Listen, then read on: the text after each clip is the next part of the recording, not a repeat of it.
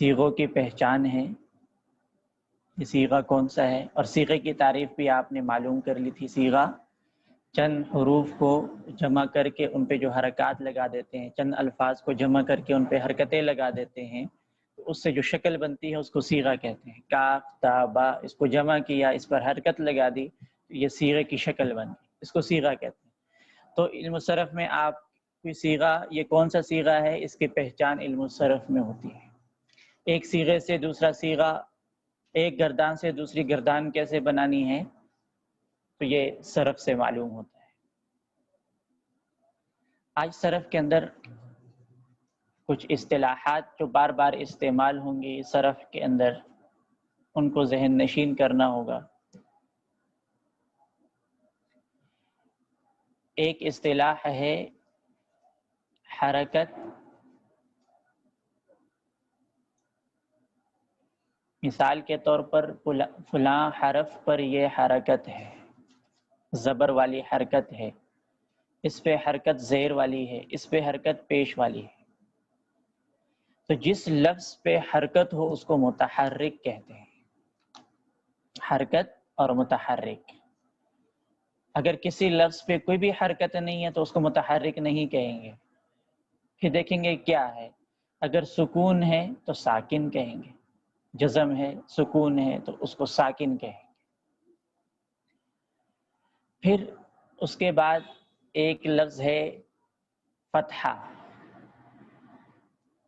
فتحہ کا معنی ہوتا ہے زبر، زبر۔ اسی فتحے کے لیے ایک اور لفظ بھی استعمال ہوتا ہے، رفع، نصب، نصب، نون صاد با، نصب، فتحہ، نصب۔ فتحہ زیادہ استعمال ہوگا صرف میں، فتحہ استعمال ہوگا صرف میں، اور نصب استعمال ہوگا نحو میں۔ آپ جب پڑھیں گے یہ منصوبات ہے، یہ مجرورات ہے، یہ مرفوعات ہے، تو منصوبات نصب سے ہے، نصب فتحہ کو کہتے ہیں، انشاءاللہ پڑھیں گے۔ تو نصب یعنی زبر، اگر نصب کہیں گے تو نحو سے تعلق ہوگا اس کا، اور اگر فتحہ کہیں گے تو صرف سے تعلق ہوگا، لیکن کبھی کبھار یہ ایک دوسرے کے لیے بھی استعمال ہو جاتے ہیں۔ نصب،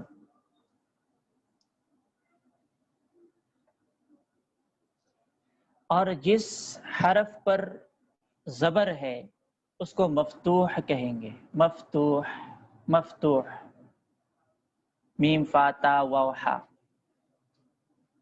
اور نصب کے اعتبار سے منصوب کہیں گے، میم نون صاد واو با، منصوب۔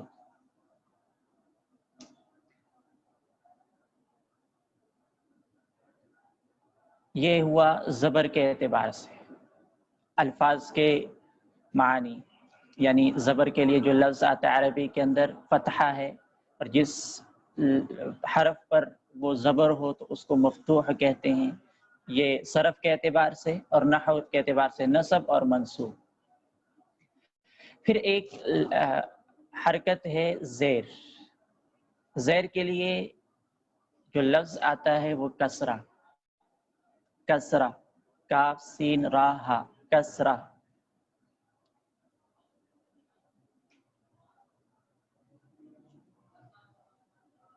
اور نحو کے اعتبار سے اس کے لیے جو لفظ آتا ہے وہ ہے جر، جیم را، جر، کسرہ صرف کے اعتبار سے اور جر نحو کے اعتبار سے۔ تو جس حرف پر کسرہ ہوگا تو وہ لفظ کہلائے گا مکسور، کسرہ کے اعتبار سے مکسور، مکسور۔ اور نحو کے اعتبار سے اس کا نام جر ہے، زیر کا نام جر ہے، تو جس لفظ پر جر ہوگا اس کو کہیں گے مجرور، مجرور۔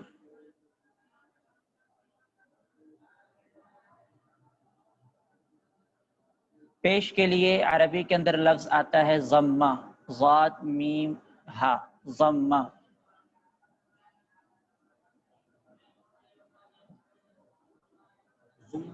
ضمہ ضمہ ضاد کے ساتھ، ضاد کے اوپر زبر، ضمہ.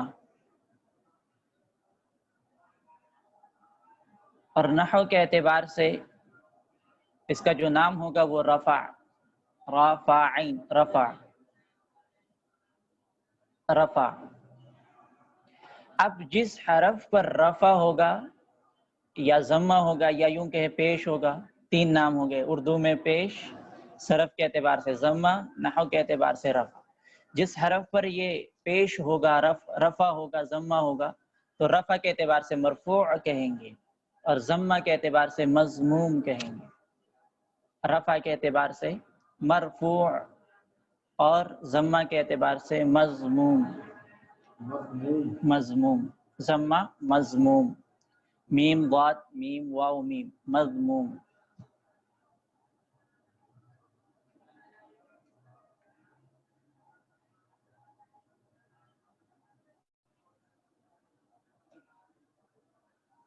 پھر جیسے آپ قرآن حکیم پڑھتے ہیں تو اس میں چند آپ اصطلاحات ویسے بھی پڑھ چکے ہوتے ہیں، جیسے تنوین ہے، دو زبر دو زیر دو پیش کو تنوین کہتے ہیں. لیکن جس حرف پر تنوین ہو اس کو کیا کہتے ہیں عربی کے اندر؟ اس کو منون کہتے ہیں. منون. جس حرف پر تنوین ہو اس کو عربی کے اندر منون کہتے ہیں. منون.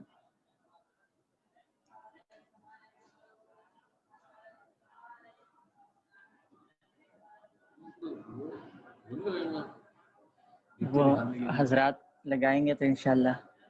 کوئی لفظ ایسے ہوتے ہیں کہ وہ لکھنے والے ہوتے ہیں، فرمادی بھی یہ لکھ لیں، لکھ کے بھی دکھا دیے. ٹھیک ہے، کسی کتاب ہو تو کتاب میں یہ چیزیں موجود ہے. ہاں کتاب، یہ کتاب سے باتیں بتلائی جا رہی ہیں. انشاءاللہ کل چھٹی ہونے کی وجہ سے کتابیں نہیں آ سکیں، انشاءاللہ آج آ جائیں گی.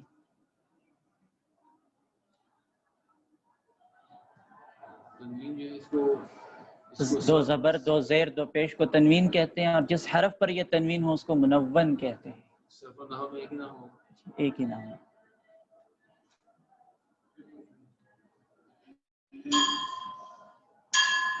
اور اس میں تھوڑا سا آگے جا کر نا انشاءاللہ جب آپ مزید جائیں گے، اس میں آگے جائیں گے، معرب اور مبنی کے مباحث انشاءاللہ پڑھیں گے. ابھی آپ کو نام اجنبی لگ رہے ہیں، معرب کیا ہے، مبنی کیا ہے.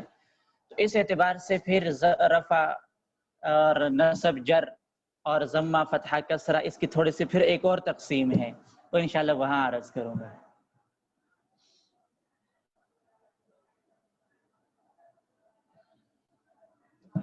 یہ تنوین. پھر ایک دو حرف ہوتے ہیں ان کو ملا کر پڑھنے کو تشدید کہتے ہیں. جیسے شد، اس کے اوپر جو علامت لگائی جاتی ہے وہ شد کہلاتی ہے. لیکن دو حرفوں کو ملا کر پڑھنے کو تشدید کہتے ہیں.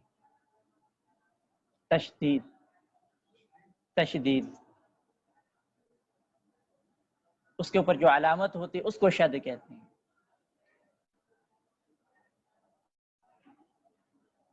اور اس حرف کو کیا کہیں گے؟ اس حرف کو مشدد کہیں گے. مشدد، مشدد.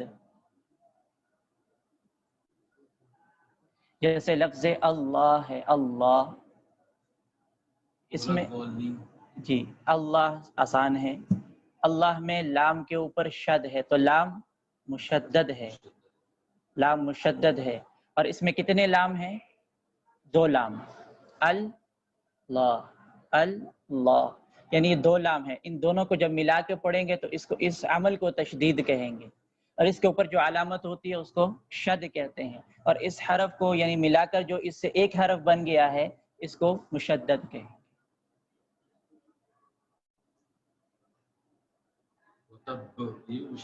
جی وتب، اس میں با یہ مشدد ہے اور یہ دو حرفوں سے مل کر یہ بنا ہے. انشاءاللہ یہ آگے جا کے یہ بھی آپ پڑھیں گے کہ یہ اصل میں کیا تھا، یہ پھر مل گیا ہے، یہ کیوں مل جاتا ہے آپس میں. انشاءاللہ عربی میں گرامر آپ اسی لیے پڑھ رہے ہیں. تب اصل میں کیا تھا، پھر اس کو ملا کر کیوں پڑھتے ہیں.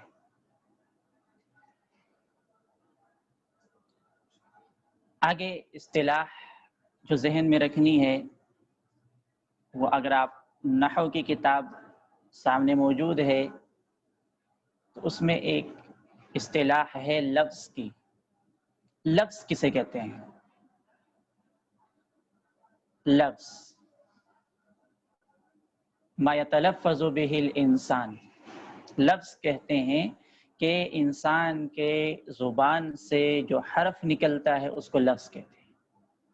انسان جس چیز کا تلفظ کرتا ہے، انسان کے زبان سے جو لفظ نکلتا ہے اس کو لفظ کہتے ہیں. آواز نکلتی ہے.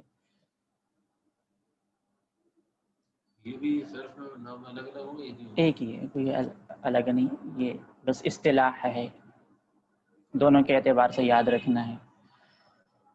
زبان سے نکلی ہوئی آواز کو لفظ کہتے ہیں. ہاں، آواز کو لفظ کہتے ہیں. انسان کے منہ سے، زبان سے حروف کی صورت میں جو آواز نکلتی ہے اسے لفظ کہتے ہیں. پھر لفظ دو طرح کا ہوتا ہے.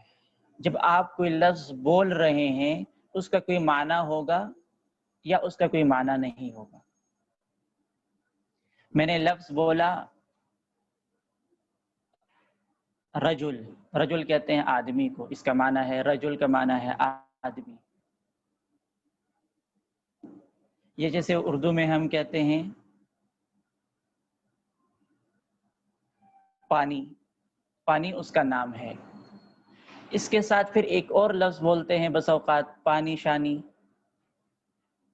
روٹی شوٹی. تو جو روٹی